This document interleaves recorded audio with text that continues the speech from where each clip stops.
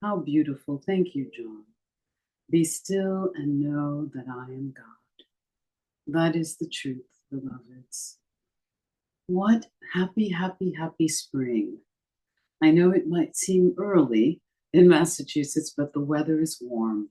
So that is that beckoning to new life and to spring for us. And my beloveds, this is the season of transformation. This is the season of Lent. And Lent has a fascinating history.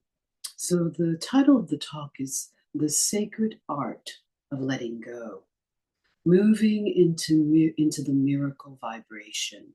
Because as we let go, we open to miracles manifesting in our lives, in our hearts, and in our minds. So I want to give you a little brief history of Lent because we are in the Christian tradition in a season of Lent. And this is the time where there are all of these festivals of reawakening and letting go of the old, shedding the old skins, the old wine skins. You can't fill them with new wine, or the wine will eventually rot. You have to replace the old with the new to welcome the new manifestations of God's goodness that await us. So Lent is a sacred 40-day period of reflection, fasting, and renewal. It begins with Ash Wednesday and it culminates with Easter Sunday. So everyone knows my sister lives in New Orleans, teaches at Tulane, and she was talking about Mardi Gras, Fat Wednesday. There's been Carnival in Brazil. I've been watching all of the incredible samba, beautiful dancers, and there's been Carnival in the Caribbean and different festivals throughout Europe, just celebrating this time of excess and then the time of realigning with simplicity, with purity, with order, with health, with balance.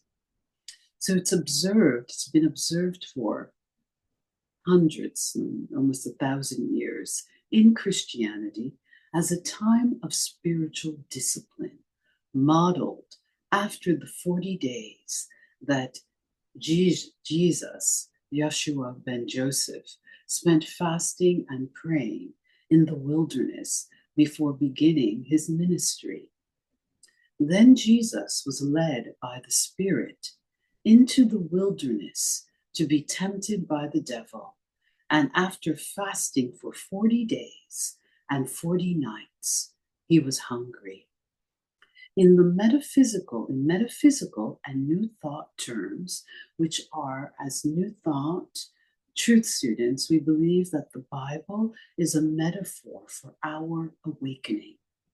That every character in the Bible is a part of our inner mystical realm. Adam and Eve as the divine feminine and masculine that were in union with God, and the ego that awakened through the apple, the experience of Eve and the apple and the serpent. That was ego mind, the mind that tells us that we are not good enough, the mind that feels separate from God, the mind that sometimes does not believe that we are capable of good. Well, that mind has traveled through all of the Abrahamic fathers of the sacred texts and to Jesus as Christ consciousness, as the awakening of the soul to its oneness with God. So in metaphysical and New Thought terms, 40 represents the journey of spiritual purification and transformation. A time to release what no longer serves us and to embrace the divine truth within us. Throughout all spiritual traditions, the number 40 symbolizes a period of testing, preparation, and renewal. Moses spent 40 days on Mount Sinai receiving divine wisdom.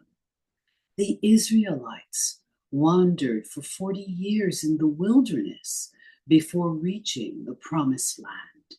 And Noah endured 40 days of rain before the floods receded, revealing a new world. Each of these spiritual stories symbolizes a process of letting go, trusting in divine guidance, and emerging into a new, higher experience of life. So Lent is not about sacrifice, nor is Ramadan, nor is any period of purification and letting go of what doesn't serve us mentally, physically, and spiritually. But it is about transformation.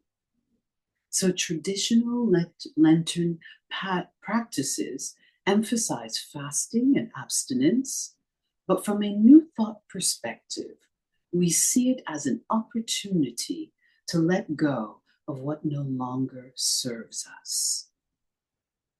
Whether that is fear, doubt, worry, unhealthy habits, relationships, or outdated beliefs. And it's a time to recommit to stepping into the miracle vibration of life. Because when we're holding on to what doesn't serve us,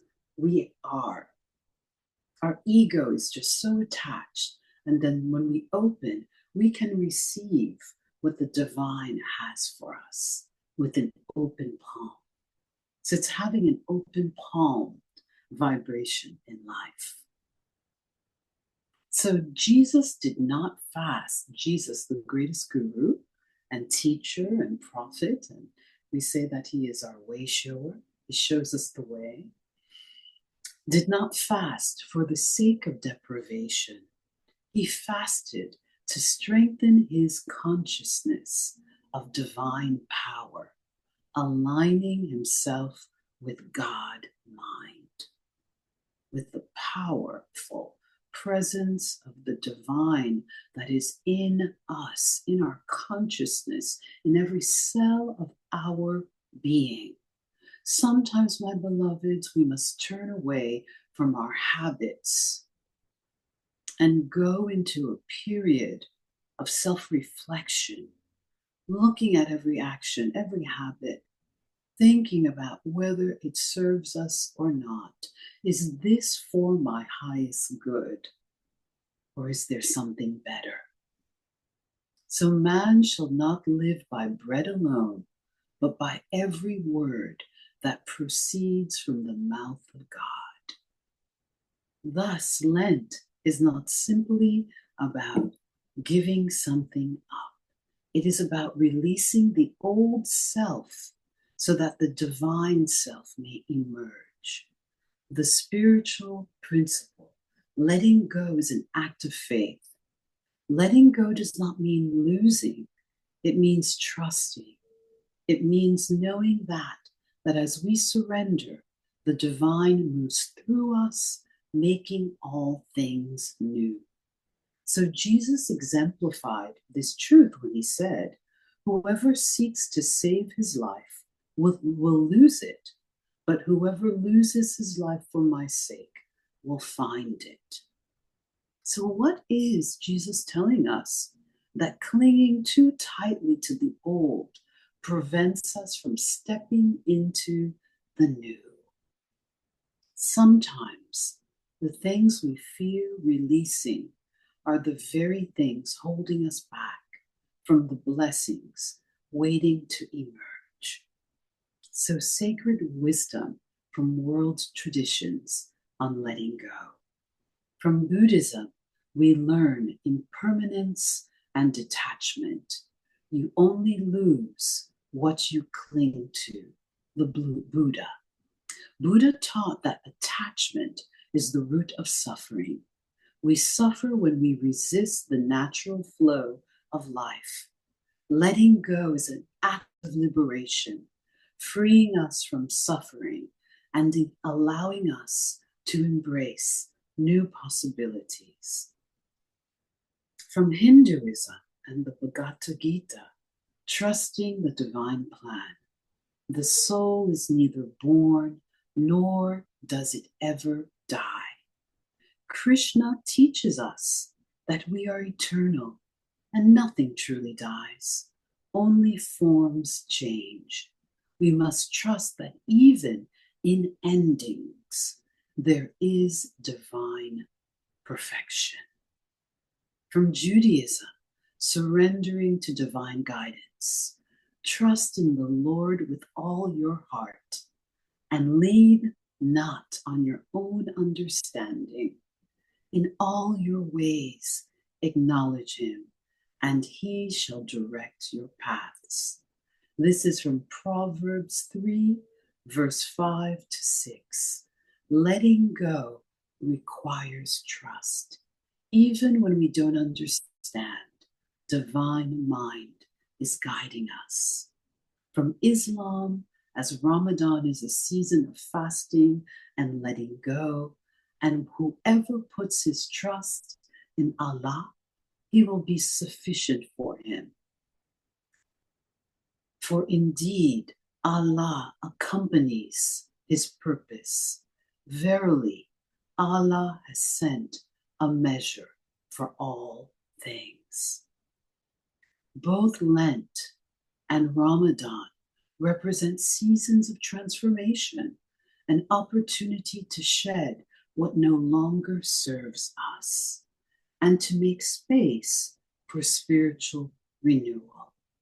Just as Jesus fasted for 40 days in the wilderness, and Muslims fast for a month, and Moses was on Mount Sinai with the I am that I am for 40 days.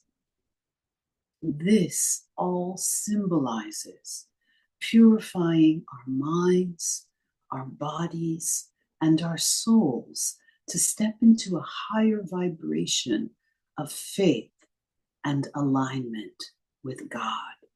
I love the Kabbalah and the study of the Kabbalah. In the Kabbalah, we are allowing divine light to flow through us. In the Kabbalah, it's taught that we must clear blockages to allow divine light to flow freely. When we hold on to fear, anger, resentment, bad habits, we block our blessings. In the Tao, in the ancient Tao, we're told, when I let go of what I am, I become what I might be. From Lao Tzu. The Tao teaches us that life is always moving. Resisting change creates struggle. Trusting the divine flow allows miracles to unfold. And from one of my teachers who I love, Louise Hay, I am willing to release the pattern in my consciousness that created this condition. I am willing to release the pattern in my consciousness that created this condition. Louise Hay reminds us that every experience is a reflection of our inner world. By shifting our thoughts, we create new realities. So, my beloveds, I'd like you to repeat these affirmations with me as I say them. You can say them aloud in your space. These are affirmations that are going to sink into our subconscious mind that we can hold as intentions through this season of Lent. I release all that no longer serves me, and I open my heart to new blessings. I release all that no longer serves me, and I open my heart to new blessings. I trust the divine order of my life. I trust the divine order of my life. I trust the divine order of my life. I walk in faith, knowing that as I let go, I make room for miracles. I walk in faith, knowing as I let go, I make room for miracles.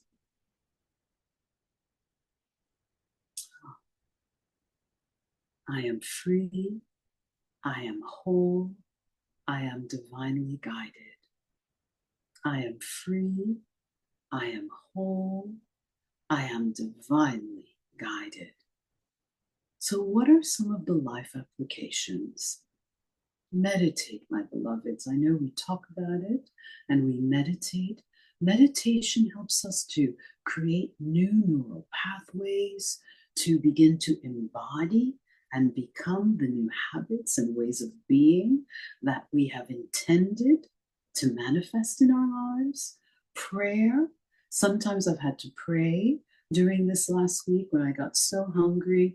I wanted to take an Uber to the closest supermarket. I was just going to get more carrots and cucumbers. But after a few minutes, the hunger passed. It was late at night, and I thought, that's silly. I should just go to bed. But I had to pray. I had to ask God for his strength and for Spirit's guidance and perseverance as I fasted. So meditation and prayer, study, being grateful. I've been learning so much about gratitude. I'm a pretty grateful person, but we can always learn more. Being grateful is a practice that will allow us to come into the new, because it allows us to step into the now. So a gratitude practice, and really combing through your life. What is it that you need to spring clean out of your consciousness, out of your life? I love fashion. I love clothing. When I get back, I'm going to do some spring cleaning, give away some lovely outfits that, I haven't worn in a year or two. There's always something that we can release. So during this season of Lent, as we think about all of the great ancient ones who fasted for 40 days and 40 nights and who sought the Lord on Mount Sinai, and Noah, who had faith to listen to the voice of God. When we fast, when we discipline ourselves, when we release that which no longer serves us, we tune into our divine guidance, into our intuition, and we will be led and guided and guarded and loved through this life. So, my beloveds, let me just speak my closing prayer. Beloved presence of infinite love, we stand in the sacred space of transformation. We release all of that which no longer serves us, and we open our hearts to the new. We know that as we let go, we are lifted higher into the miracle vibration of life. We trust that every seeming loss is an opportunity for greater good. We surrender fear, worry, and doubt, replacing them with faith, love, and trust. Thank you, Divine Spirit, for guiding our paths. We embrace this new season with joy, knowing that you are always with us, leading us to the highest and the best. And so it is. Namaste. Happy springtime. Happy Lent. Happy season of rebirth and renewal, my beloveds. And so it is.